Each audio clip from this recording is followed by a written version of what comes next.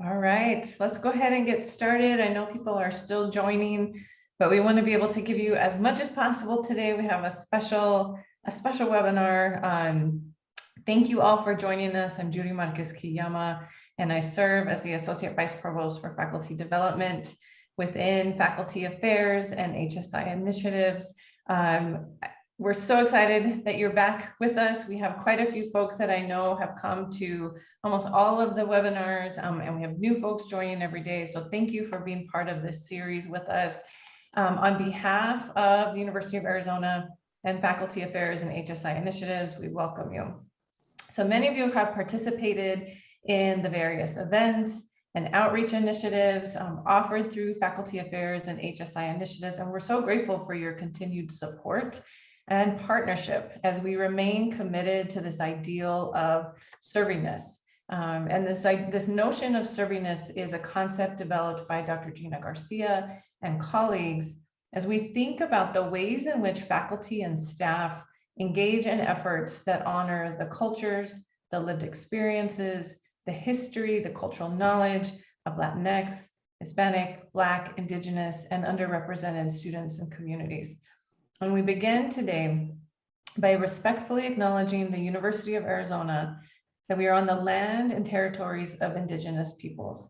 Today, Arizona is home to 22 federally recognized tribes, with Tucson being home to the Orem and the Yaqui.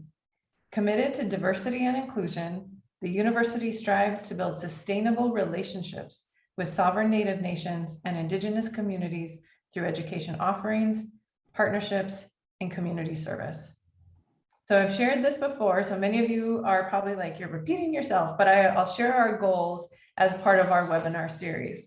By spotlighting current scholarship, we offer examples of the rich ways in which servingness is enacted across faculty, staff, students, alumni. So today's special because we have a whole group with us. And we invite others both on campus and nationally to learn about and engage in these efforts. And we build knowledge. Each month we address the question, what next steps are needed to build institutional capacity around HSI servingness? So I'm thrilled to introduce you to Alberto Berton Ranjel, who is the instructor of Mariachi Arizona at the Fred Fox School of Music within the College of Fine Arts. Beto is a respected local, regional, national, and international musician.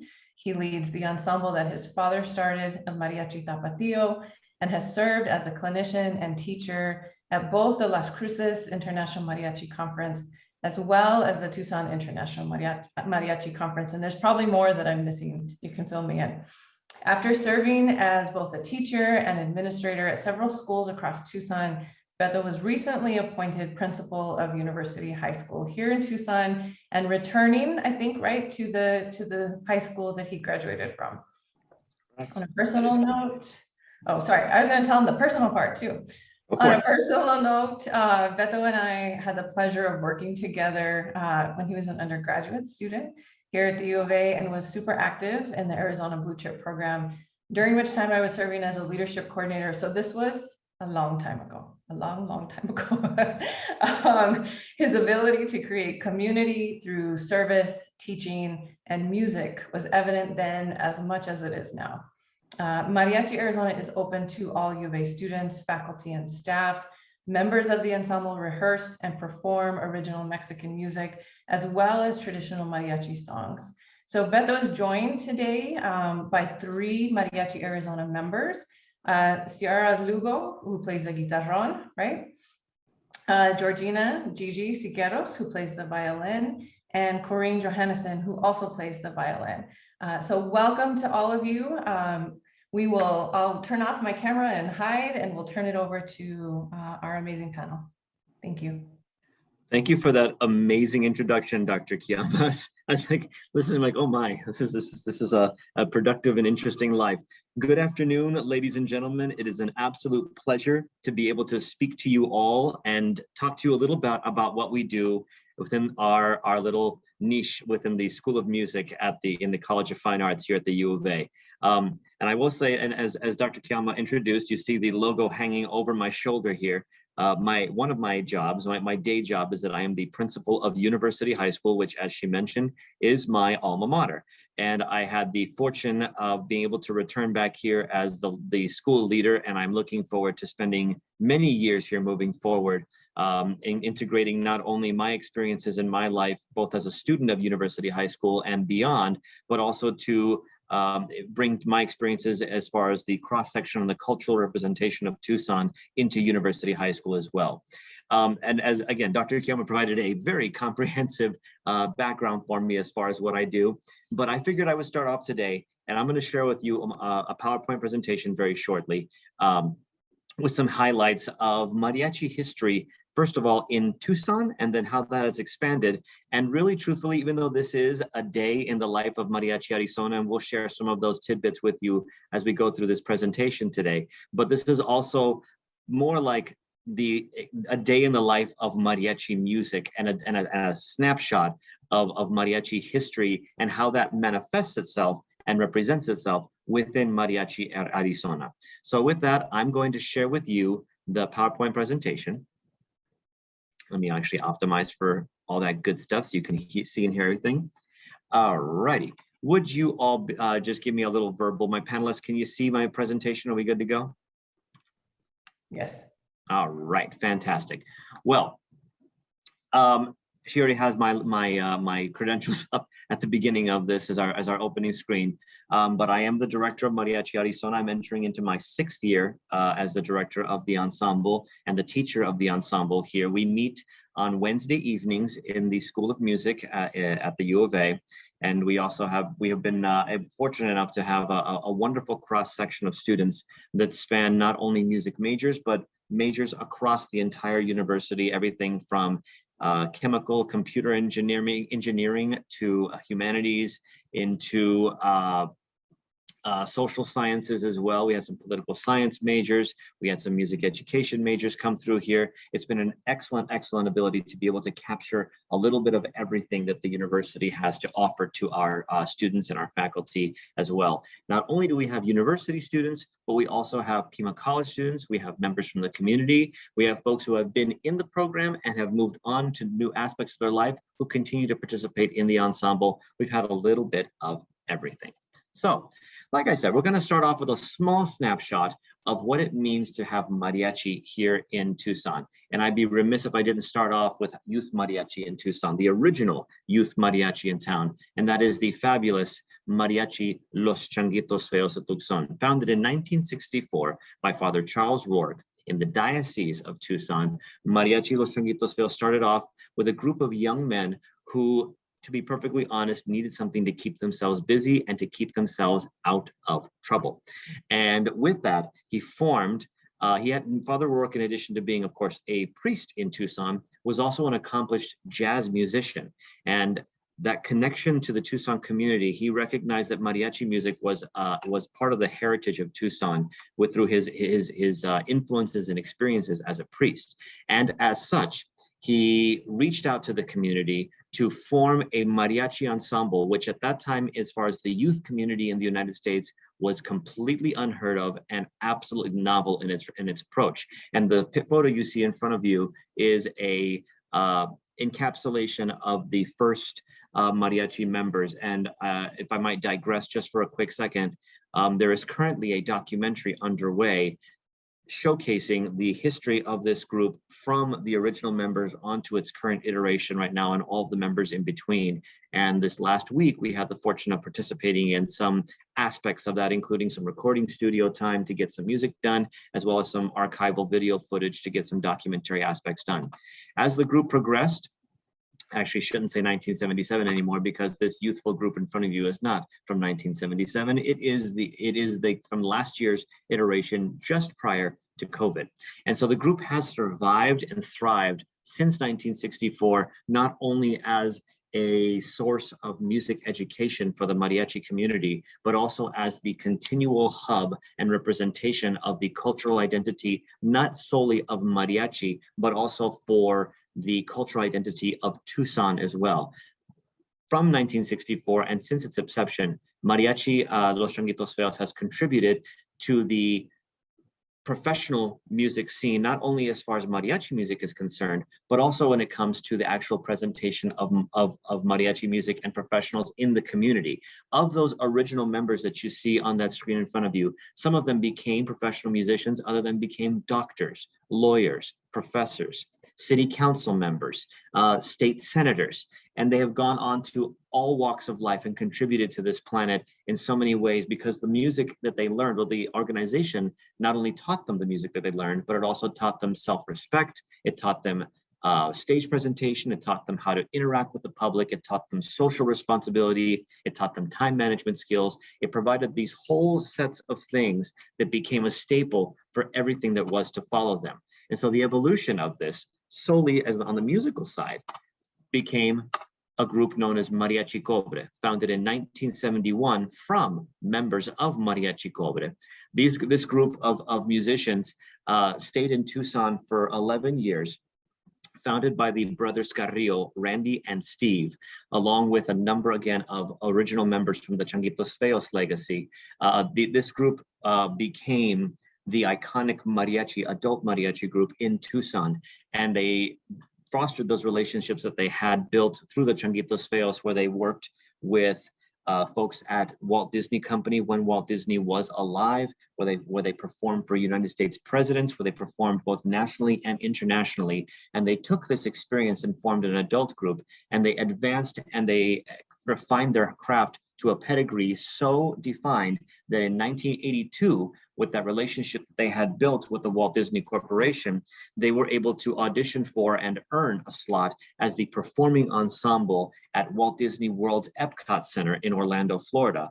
And in 1982, Mariachi Cobra uprooted themselves and moved to Orlando, and have been since then the performing ensemble at Epcot Center. And as you can see in these side-by-side photos you have here, there are a couple of faces which have stayed consistent. Steve Carrillo, one of the Carrillo brothers, is still playing in the group. His brother Randy has recently retired a couple of years ago, and Steve is the director of the group.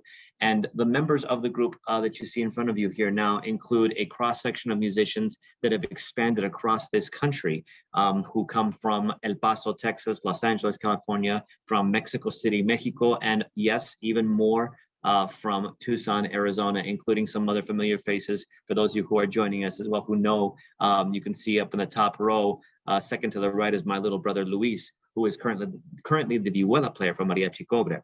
And the cultural expansion and influence that Mariachi Cobra itself has had in Tucson and expanded out, starting with the Changuitos Feos and into Cobra, has then resulted into the evolution not only of the modern mariachi as far as its presentation, but of modern mariachi education as well. Mariachi Cobra in particular was very novel in Tucson in not only presenting the cultural presentation and the music and the stylings of mariachi, but also formalizing the educational procedures. Mariachi Cobra was also one of the founders of the Tucson International Mariachi Conference in the early 1980s. And with that became a formal structure for how mariachi music can be taught not only in a workshop setting, but in the classroom setting as well. Of course, band, orchestra, and choir are the big three, and those have their standards in mariachi education that are in pretty much every state in the United States, and every state has their own variations of that. But because of these roots that have been put down in Tucson with the youth mariachi movement, expanding into the mariachi conference movement, and then furthering that on into the classroom movement, we now have formal mariachi programs at all levels of instruction, from elementary on to high school. And three such iconic programs in the Tucson area that have grown over the years include Pueblo High School's Mariachi Aztlan, which was founded in the late 1980s, early 1990s by Richard Carranza, who is now a respected superintendent and school educator as well. You have Tucson High School's Mariachi Rayos del Sol, which was taught for many years by Miss Lucy Eustace. And then I actually taught that group myself for 6 years while I was a classroom teacher in TUSD, and is now currently being taught by Justin Enriquez. Pueblo High School is currently being taught by John Contreras. And then another long-standing local mariachi ensemble, which was Sunnyside High School's Mariachi Los Diablitos, founded by Cuco del Cid, the late Cuco del Cid, amazing musician who played with Mariachi Los Camperos in Los Angeles, who is now being taught by the legendary Roberto Martinez, retired Vuela player from Mariachi Cobra. But these pedigrees, again, have now formulated and become the chrysalis of which modern mariachi musicians and our future of the mariachis are now being taught throughout the city and throughout the United States and around the world. There are formal mariachi programs in Los Angeles, Las Vegas, in Albuquerque, Las Cruces, El Paso, Austin, Texas, San Antonio, McAllen, Texas. Then I'm Chicago, Illinois, in New York City, across Florida, across the eastern and western coast of the United States, and all around the world. And all of this comes from the advent of formal mariachi education. These students are taking courses that that are offered during their classroom day, part of their schedule. They earn a grade, they perform, they learn, they develop, and of course, they move on to do other amazing things. All this being said, why are we talking about mariachi education? Well, that brings us to the crux of the matter of what we do here. And now a little bit of background about why I do what I do. I was also a member of Mariachi Los Changuitos Feos, and here you can see my brother and I at our first formal mariachi performance during the Fresno Mariachi Conference in 1995. And this was our first time wearing an actual official traje de charro and getting out there in the world. After performing with the Changuitos Feos, myself for 8 years, my brother for 10, we both moved into our professional group that was founded by my father, Alberto Jr., Mariachi Tapatio de Tucson. He founded that group in 1991 and continued that group on. Once we left the Changuitos Feos, we formally joined that group, and then we have been running that group since then. My brother and I, again, joined in about 2000 for me and 2002 for him.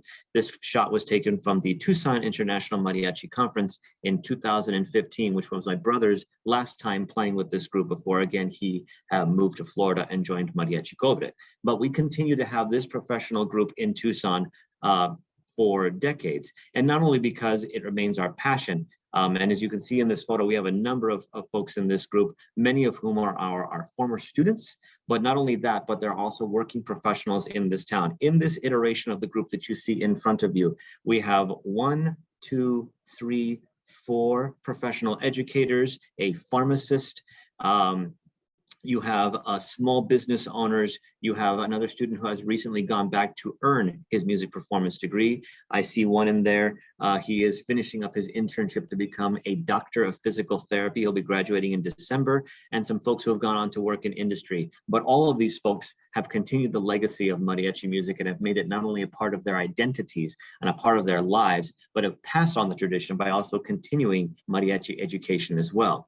My brother and I, not only being members of Changuitos Feos, also came back to teach and returned to Los Changuitos Feos, and for 6 years, we're also its instructors for the next generation of the kids. And we took them on to mariachi conferences and concerts, and not only just the big stuff that kind of gets you on stage and lights and microphone, which I absolutely adore. Ask any of my students or colleagues who have come before me, and they'll tell you how much I like being on stage. But we also give back to the community. We play for the Miracle in the Barrio toy drive that happens every December in South Tucson to raise money. It's a benefit to get students maybe a Christmas they wouldn't normally have. They also give back to communities and playing in nursing homes and just performing for community events to make sure that we not only are representing things that earn a profit and do things in that regard, but also are representing what it truly means to be a mariachi as far as social responsibility is concerned. Many folks, unfortunately, have the identity of the mariachi as the cantina musician and the performer, where we are going from table to table for tips, or have a pretty negative social identity. And although that identity is part of the history of mariachi, it is not the sole facet of it. And we strive to also teach the social capacity and the social responsibility that goes along with being a mariachi musician. And then, of course, the advent of that, moving from my formal education as far as what I have done in my participation in mariachi music as a performer and as a teacher, not only at Tucson High School. When I became a school administrator, I wanted to make sure I kept that passion alive. And so when the opportunity came to do so, I applied for and was fortunate enough to become the instructor for the latest iteration of Mariachi Arizona in the School of Music here at the U of A. And I have continued to try and uphold the principles that I have learned, not only as a student and as a professional, but also as an educator, to continue that tradition for Mariachi Arizona here at the U of A. The snapshot you see in front of you is, again, pre-COVID. This was just, I believe, after one of our school recitals, and that's right in front of a whole Skla hall at the School of Music. And as you can see, we had a fair number of students across all instrument families.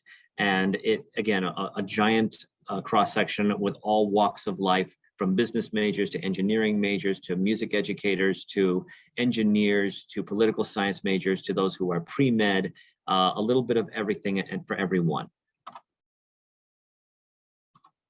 And my slideshow is not continuing. There we go. All right. So Mariachi Arizona today. The pictures you see before you are the current iteration of the group. Post-COVID, we are trying to get the numbers back up, but more than anything else, we are continuing our tradition in representing not only the University of Arizona, but representing what it means to be a mariachi in Tucson. The shot on your right is taken very recently at the Hispanic Heritage Day performance football game that we had a few weeks back at the University of Arizona, where we also not only perform as the U of A, but we invite youth mariachi and folklorico from across the city and even, say, the state to participate in a giant collaboration event. And in front of you, you see representatives from, obviously, Mariachi Arizona. You also see Tucson High's Rayos del Sol in the black trajes with the silver and red embroidery. The blue trajes belong to Sunnyside Los Diablitos. The gray trajes to Mariachi Desert View, Los Mariachi del Desierto. And then, of course, in the far, far back, you see some folklorico dancers as well. And then, of course, on the left is Mariachi Arizona itself in our current iteration. As we said before, Mariachi Arizona meets on a weekly basis, beg your pardon, Wednesday evenings at 6:30 in the School of Music. And we do not have an audition process. Rather, we have an individual listening process where at least I meet every single new member of the group one-on-one and listen to what they do and how they do. And there is no requirement to get in, but we do move at a very specific pace, and we take musicians of all levels of experience. Every single year we have musicians who have either zero music experience if they're learning a brand new instrument, or zero mariachi experience if they're coming to us from another genre, whether that's wind ensembles, the Philharmonic, jazz, opera, choir, whatever the case may be. All members of the ensemble do play an instrument, however. And so if they want to come solely as a singer, we have a conversation about how we can contribute in that regard, but I would still love to be able to teach them mariachi music. And with that said, we also have some amazing students who join us who are not necessarily University of Arizona students. We have Pima College students. We have members from the community. We have students who have graduated but still want to be part of the ensemble, graduate students and undergraduate students, a little bit of everything. Our daily routine includes not only just kind of opening up music and playing through, and we're not just a reading band, for example, but we have technique. We talk about instrumental technique. We talk about music reading and learning by ear, which are both tried and true traditions of mariachi music. And then we also talk about culture and history and what these songs actually come for and what they mean. It's not enough for me. I'm not satisfied as an educator by putting a piece of sheet music in front of somebody and then just saying play it and go from there. Understanding what the music comes from and why a song style exists, what the difference between a son jalisciense and a son veracruzano is, and why they're played differently and why the articulations are different in different interpretations of songs. We're currently learning a song called Luz de Luna, which is a huapango rhythm. And there have been a couple of different major artists in mariachi history who have recorded this particular song. The original being Miguel Aceves Mejia in the 1930s and 40s, and then a later iteration in the 1950s was recorded by Javier Solis, two completely different artists with completely different interpretations of that particular piece, who have made a mark on mariachi music, but we analyze all of them. And when we teach these songs to our students, even though they are historic songs, part of the archive of mariachi repertoire, students are encouraged to listen to those artists, to not only listen to what they're doing musically, but listen to their interpretations, and then also take from them, to not copy from them, but to then develop their own interpretation of what it is that they do and how they do. We have a few video clips here to show you some snapshots of what we do and how we conduct our rehearsals throughout the day. Give me a little bit more thing than when you have the short notes.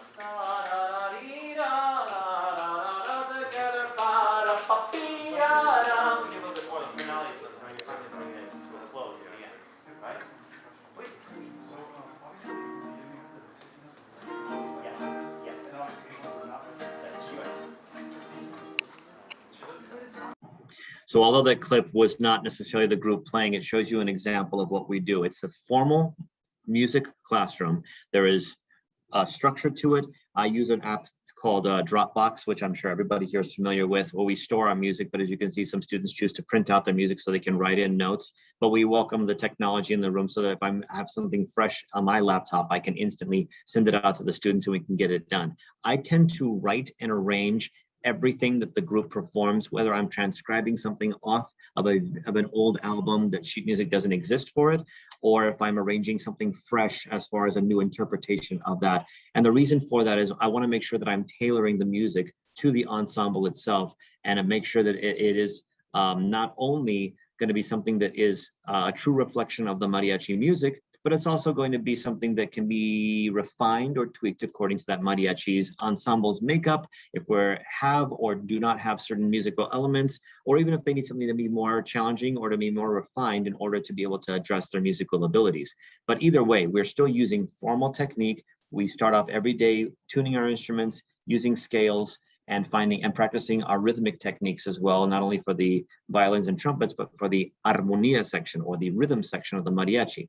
So I think that should be a good place to talk a little bit about the musical makeup of a mariachi ensemble. Ooh. Beg your pardon.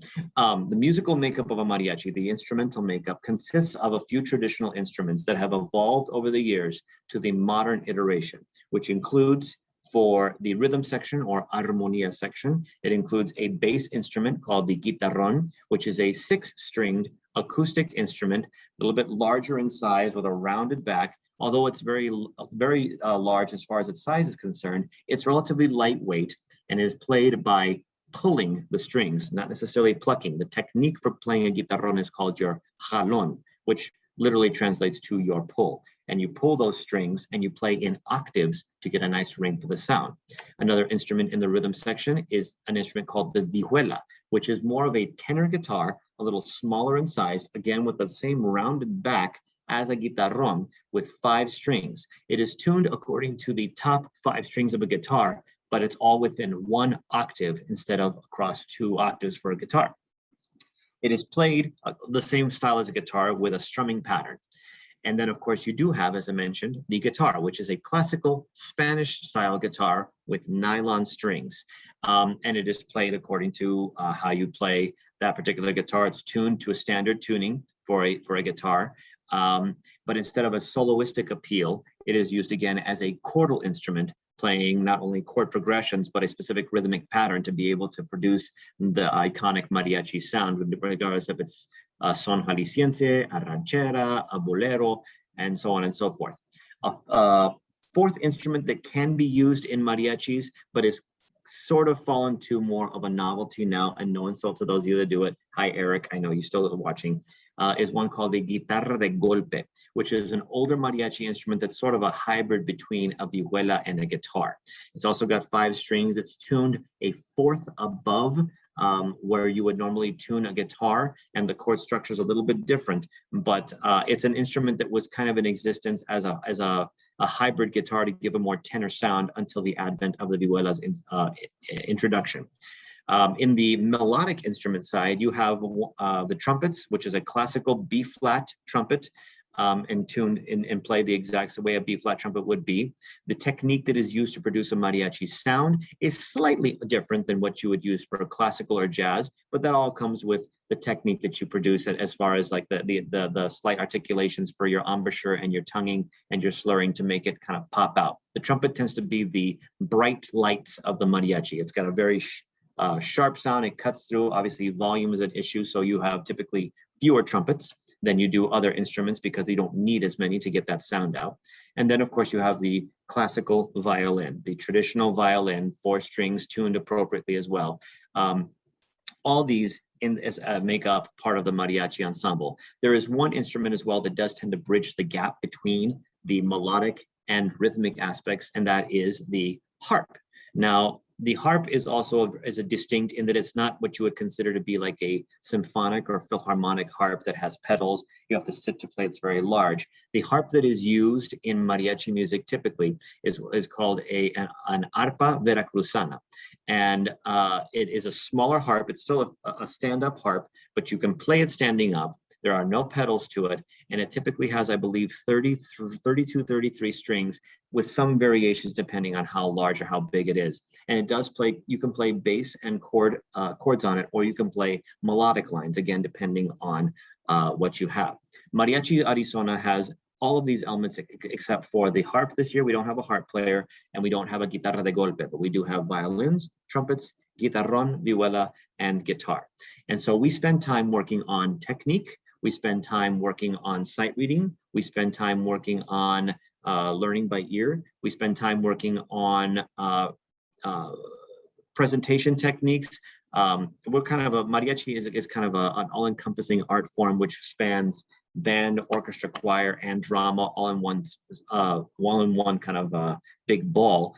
At the same time, there is also no conductor in a mariachi ensemble. A mariachi ensemble performs self-sufficiently. And yes, with the advent of combinations of things or special occasions, the conductor can be used to organize certain things. But my role in this organization is to teach my students to be self-sufficient so that we can perform for the public without somebody in front of them cutting it through. Every student is responsible for producing their own sound and doing what they do and making sure that they can be a part of that ensemble. And so these snippets that you see here right now are a little bit of the style of the instruction. I like to be working one-on-one with the kids and explaining what it is we do and how we do it.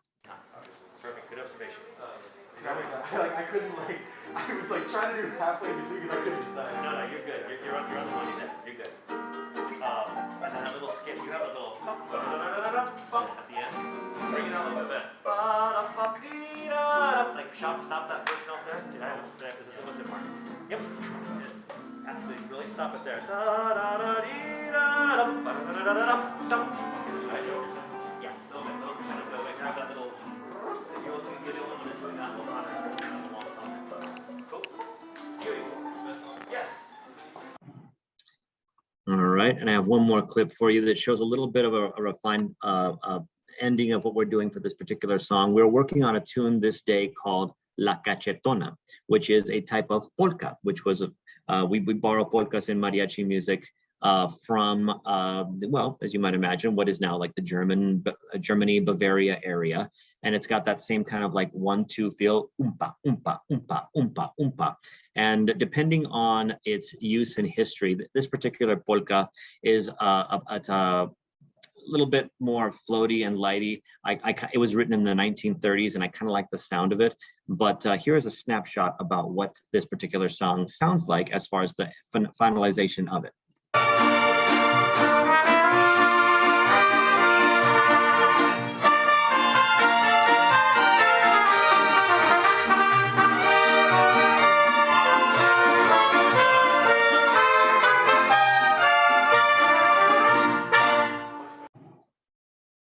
Cool.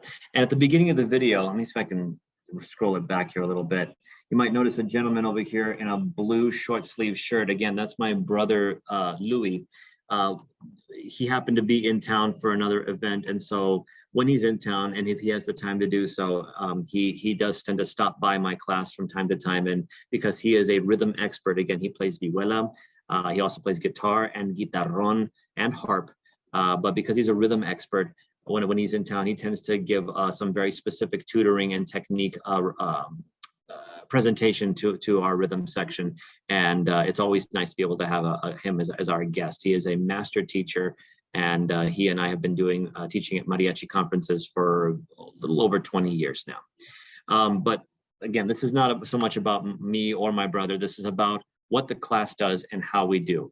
Everybody shows up, they have a wonderful attitude, and because there are no pressures about the performance side of it, we perform our recitals and we do our side performances, but the focus of the class is not solely to get music in our repertoire for a performance. The focus is to refine and to teach about mariachi music. If we're looking, I'm going to play this clip one more time. If you look as the camera scrolls from right to left across, the young man on the far end playing guitar next to my brother walked in without a single lick of mariachi experience. So did the young man playing guitar next to him. And then most students who come into this class, who have lately been coming into this class, have come from other genres of music and been able to learn and produce and do what they do, and learned an amazing amount of what they do in this.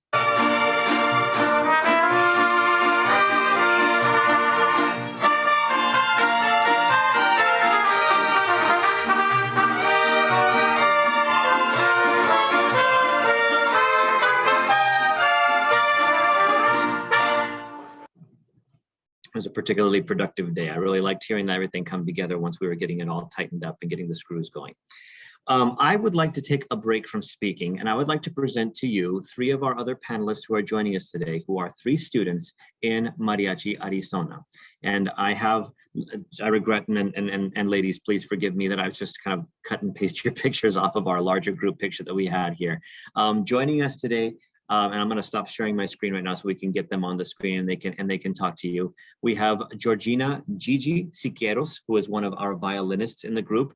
And we have Sierra Lugo, our current guitarronera for the group, and Corinne Cookie Johannesson, who is also playing violin with our group and has been a longtime member of Mariachi Arizona.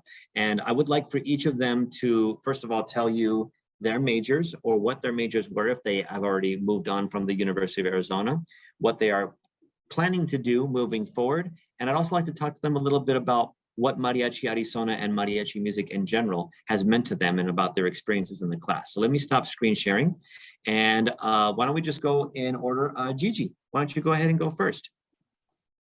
Sure. Hello, everyone. My name is Gigi Siqueiros, and I am currently a student at the University of Arizona. I am a senior and I am studying finance and Spanish with a minor in classical civilization. This is my fourth year in the group, and I really enjoy just being able to take a break from my studies and just let loose, play for a couple hours a week. I really enjoy doing it. And I find that mariachi music in my life has been just a huge part of the person that I am today.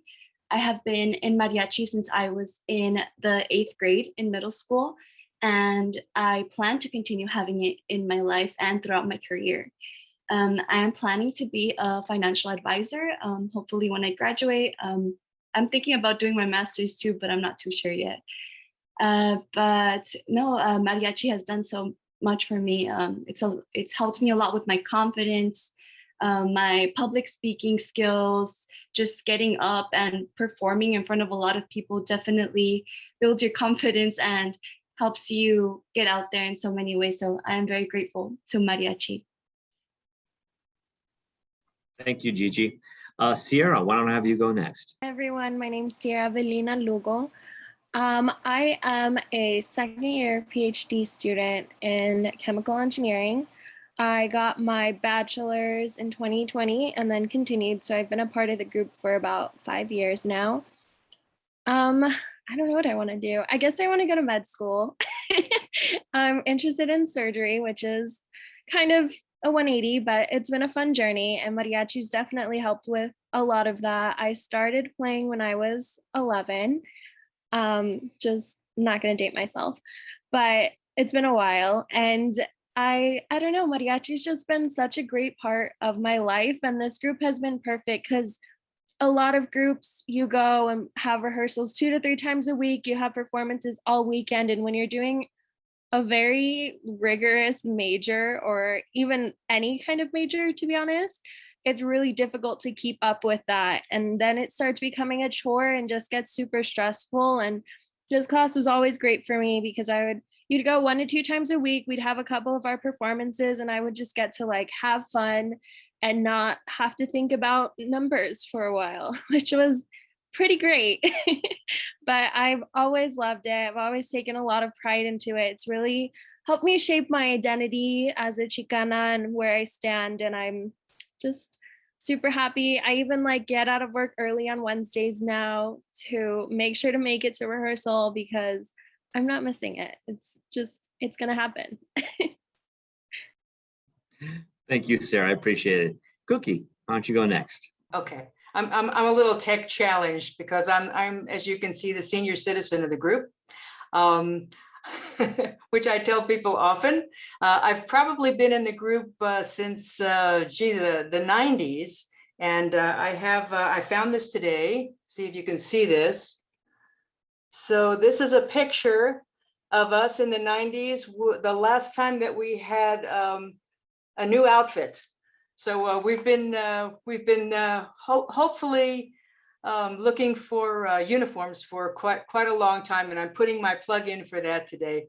And that's the last I'll say about it, but it's been a wonderful experience. I think I've been in the class for at least 6 iterations of professors and have enjoyed thoroughly my time. Have learned a whole lot. When I first arrived, I was sort of a busy administrator in campus health, looking for some way to have a peaceful and enriching lunch hour, and found the mariachi class, although I hadn't played violin in a really long time, and was welcomed in, and it's been just a wonderful experience. Can't tell you how much I've learned, and although you may feel differently, I've truly become a better instrumentalist because of it, and maybe one day when I'm 105, I'll sing something. It's a fabulous group. It's fun. It's enriching. It's just been an experience also for me in a new culture in a way that has just enriched my life. I just can't tell you how much it's meant to me. So thank you very much, and turn it over to you. And thank you all for joining us today on this panel. And stick around because I'm sure that when folks have some questions, you might actually be able to answer them better than I. So I want to hear the student perspective of it. But like all 3 of them said, it is the purpose of Mariachi Arizona is not solely to have a place for kids to hammer through repertoire and get a concert in or shovel as many gigs in as possible. There's nothing wrong with that. And many people in Tucson, especially because Tucson has produced an awful lot of mariachi musicians over the years, there is a large core of mariachi musicians in town, and there's a lot of business to go around. And so there are musicians who are very busy every weekend, multiple hours throughout the weekend, and even during the weekdays as well, who are living and performing. However, the structure of this class has been intentionally designed so that it can be not only a source of musical excellence, but also as an outlet for our students and our community and for anybody who wants to come and just learn. If the program evolves at some point into some other iteration and changes the structure, it may, but for right now, this is the one that seems to be the one that works the best for everybody who's involved. And it really is, I'd like to say, and you 3, please agree with me or not, I'd like to think it's pretty low pressure. I mean, yeah, I do crack the whip sometimes when it comes to learning music, and there is some of that, but I would like to also think that you all 3 keep coming back to the class because you want to learn more music and you want to better yourselves. And it's not because you're not doing it because you have to. It's because it's a choice. Am I speaking for all 3 of you on that regard? Is there anything you 3 would like to say on that, like as far as how how it's the structure is in your lives or anything like that? Well, it's definitely an outlet for me, and something my friends know I never miss on Wednesday. On Wednesday nights, everybody knows not to call me because they know where I am and they know what I'm doing. So it's been wonderful. And I Nice. can't tell you how much I've learned. I really have, about technique, although, my language skills have not improved so well, but still, it's been fabulous. It's all right. I'm still working on mine too, Cookie. It's fine.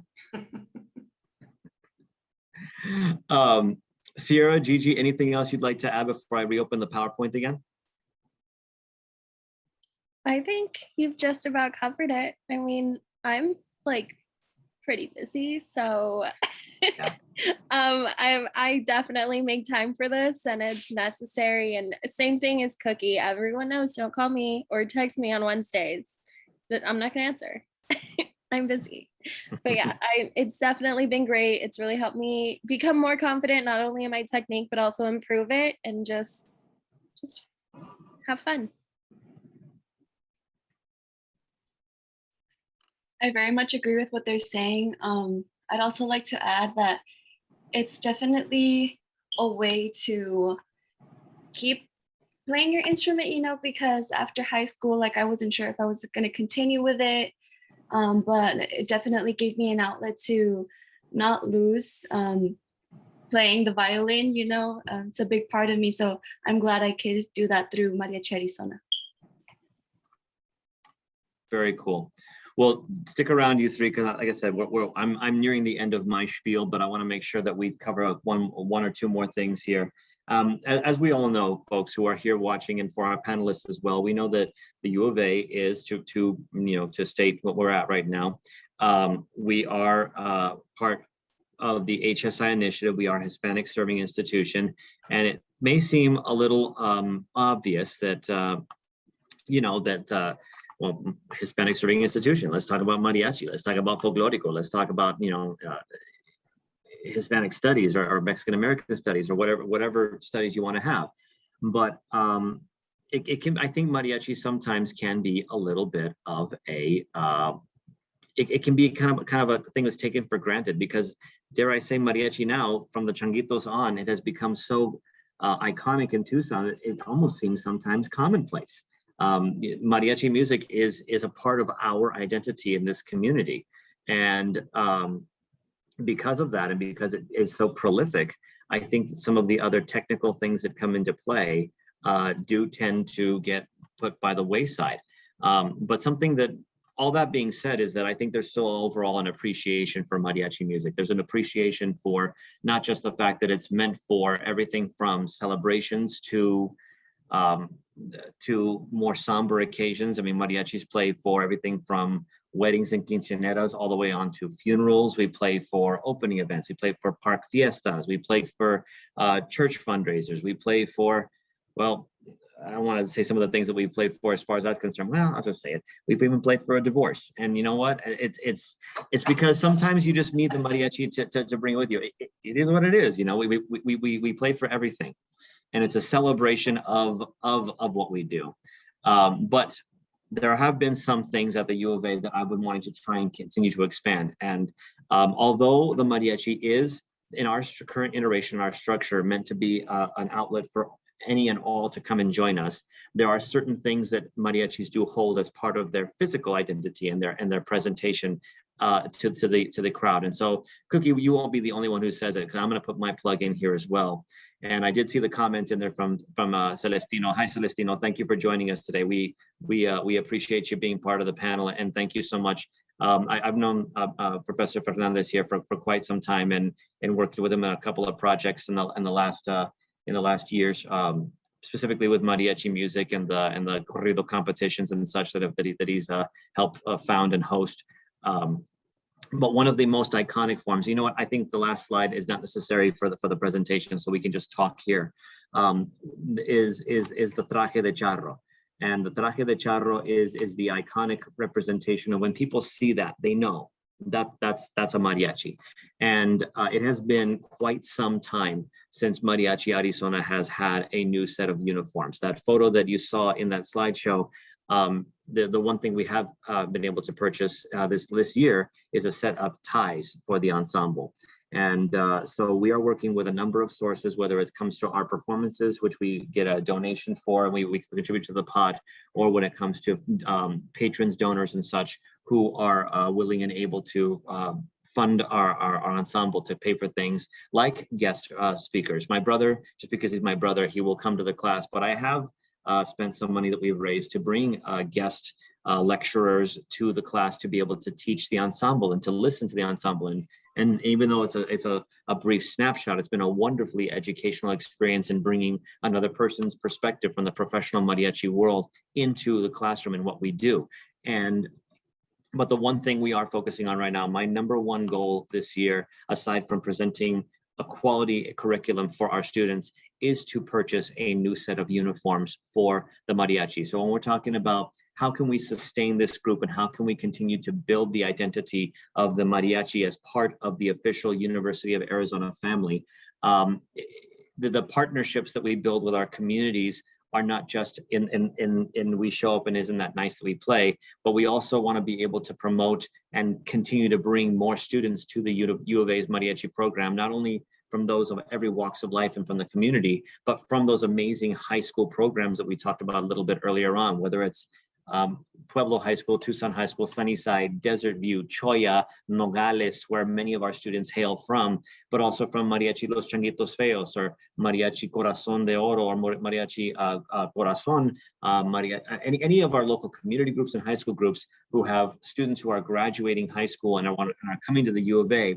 We want to use the mariachi as a draw to continue to bring students to the U of A to not only just participate in the mariachi, but to bring everything that they have to offer to the University of Arizona, which is a Research One institution on top of everything else. And we can also have the continued pre-medical students, to have folks who work in our health services, to have folks who are engineers, who are humanities, who are English, and our folks who are going to continue to move on and contribute amazing things to this community. And so my plug is that on behalf of Mariachi Arizona, we would like to be able to purchase this year a new set of trajes, a new set of uniforms. One of our major events that we have coming up that we're working with, the School of Music has been working with some partnerships across various ensembles to do a lot of events. So we're doing a lot of outreach activities, and we're starting to redevelop how we get our performances out there, especially post-COVID, when we're still trying to get back into the world at large. One thing coming up on November 18th is going to be an outreach program at the U of A South campus, U of A South, I should say, over in Sierra Vista, where there are going to be 4 ensembles performing, including a wind ensemble, the jazz ensemble, a string ensemble, and of course, Mariachi Arizona, where we're going to be not only performing, but doing a little bit of some workshops with folks down there as well. And that's still in development, but that's one example of what we're going to be doing. And although the turnaround on that's very quick, I don't know if we're going to have uniforms before that particular date, though I'd love to be able to do so.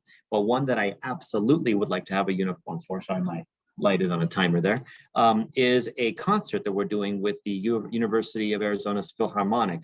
And we're going to be doing that at the beginning of March, where we're going to do a combo symphony orchestra mariachi show, where they play a little bit of our stuff, we play a little bit of their stuff, and then we do some stuff together on a combo move on the stage.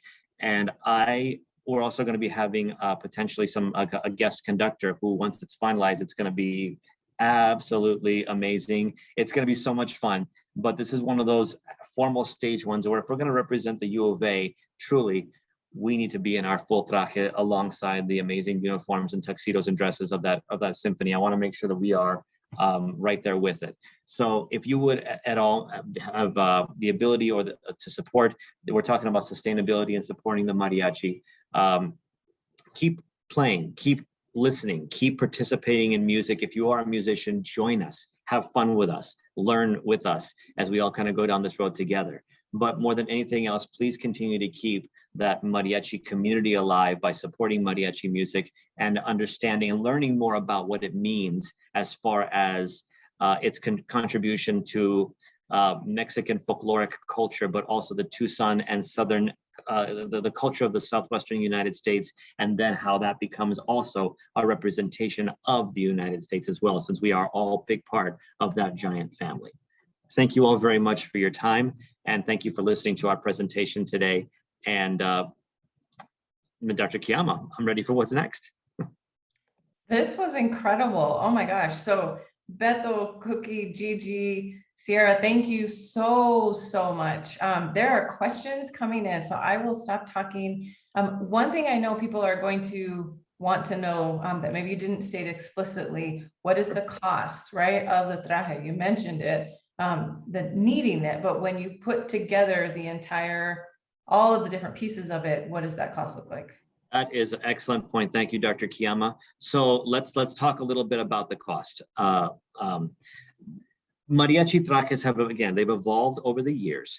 But for the traje that we are looking at right now, it's going to have both a decent quality, not the super high end, but a decent quality, but that will also last a long period of time, but also be a money saver. That traje itself, the three pieces of the either the skirt or pants, the vest, and the jacket or saco, it's going to cost about $600 per uniform. And this year there are 15 members of the group.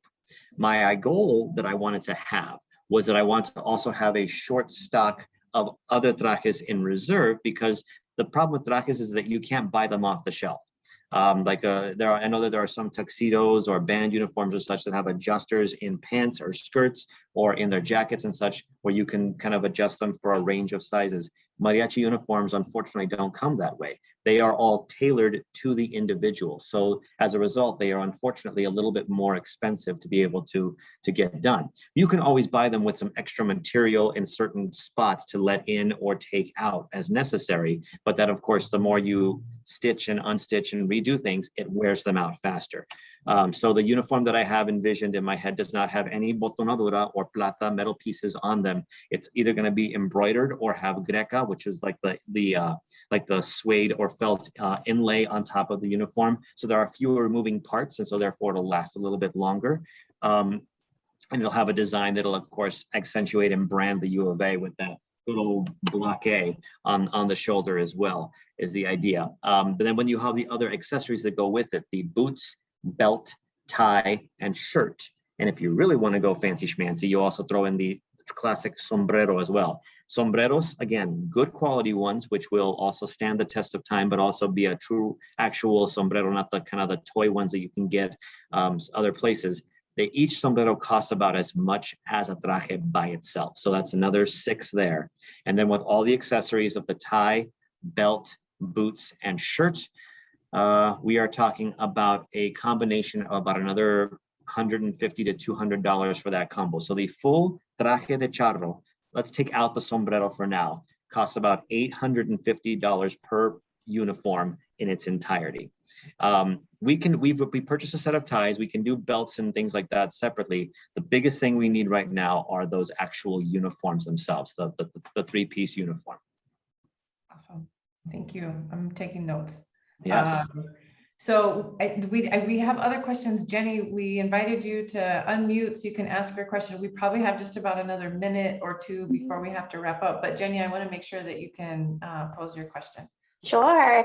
Hi, my name's Jenny. I'm with the Arizona Science, Engineering, Math Scholarship Program. And I'm wondering, I'm loving everything that y'all are sharing. I'm from San Antonio, Texas, grew up with mariachis everywhere with me and my family. But I'm wondering, what specifically have you done to partner with other departments across campus to support students, maybe who aren't specifically in Mariachi Arizona, but to support the student life, student environment, student academics, and things like that? Great question. Thank you for asking, Jenny. Over the years, we have done things like performing for any student events on campus. We are available and open to collaborate with any organization on campus, whether it's like a formal collegiate event or something more of the extracurricular side. I'm trying to think of a couple. This year, like I said, post-COVID, it's been a little slower getting those things, back on board to get going with that.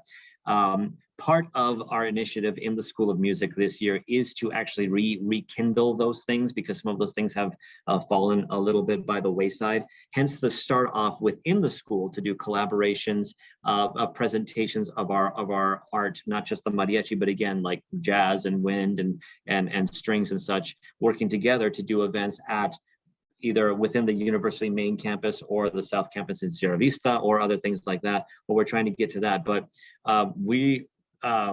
we're open to not only performance side, but also to doing outreach, not only across the city. Those youth mariachis we're talking about earlier, who we get together with to do that one football game, we also are extending invitations to them to come to our class to learn from us as well, so we can do kind of an exchange in that regard. In our final spring recital that we do at the end of the year for the school, we also invite those schools to come back to perform with us on the Crowder Hall stage in the School of Music as well. But we're still kind of at that fledgling stage under at least my leadership of this group, even though it's my 6th year here, in working with other U of A organizations. I would love to have more conversations with, say, and beg your pardon, I don't even know if it's called this anymore, if it's still called the Center for Student Involvement and Leadership out of the Student Union anymore, to with the U of A student groups like Greek Life or UAB or other activities groups that still at work. Heck, maybe even reach back out to our old buddies in Blue Chip and work with them again and do some cross cultural connections there. But I'd love, Jenny, if you have some more connections with us, I'd love to be able to have those conversations to keep talking about that kind of thing. If I can say something, can you hear me? Go for it, Cookie. In the past, in a little bit of the way past, there were educational workshops where we invited middle school and high school participants, and those were held on weekends, very well attended. And I think having students come from across the city to the university just to be on the campus was a very valuable experience. And if I could add on to that, sorry, when we do the U of A football game, one of the directors kept saying that they wanted us to speak more to the students about what we do, and not only mariachi wise, but life wise. And I can't speak too much about other majors, but at least in chemical engineering, there were 2 Latinas who graduated in my class, and I was one of them. And so I'm very into bringing the Hispanic community into STEM. I mean, yeah, the university, but also STEM, different engineerings, because it's honestly not really there. And it's very important. And I think this is another way to branch ourselves out, to talk to these kids and let them know, like, hey, I grew up playing the guitarrón, and this is where I'm at, and this is what I'm going to do. And hopefully, someone will be like, sweet, I can do that. But I think it's just another avenue for people to have role models. And since we're such a broad group of people, different types of majors, everything like that, but we have a similar background, it might be helpful to just have that. Yeah. Thank you all. I mean, I know that there are other questions, and I know that we could keep going. I want to respect that folks probably have another meeting or a responsibility to jump to. This was outstanding. I mean, we just I don't know if you're watching the comments that people are putting in. There is so much support pouring in, and love and appreciation. So thank you for taking the time. For folks who still have questions, we'll make sure to put you in touch with Beto and anybody right within Mariachi Arizona, so that you all can continue these conversations and possible collaboration, and continue potentially financial support, right? So we're okay making that plug, saying let's figure out ways to support you all. And like I said, I was taking some notes about that as well. So thank you, Beto. I'm so excited that our paths have crossed again after all this time. I'm looking forward to many more collaborations. Thank you all for being here. We will put this recording up on our HSI Initiatives website, probably within a couple of weeks, so it's accessible. We want you to share it. And then we'll be back on November 18th with Dr. Ana Cornida in Spanish and Portuguese, where she will share with a community panel around what's the buzz, serving this humanities, and working with Latinx students in our communities. So thank you all again. We appreciate your time, and we hope you all have a wonderful afternoon. Thank you all so much for having us. Have a great one, and thank you for watching.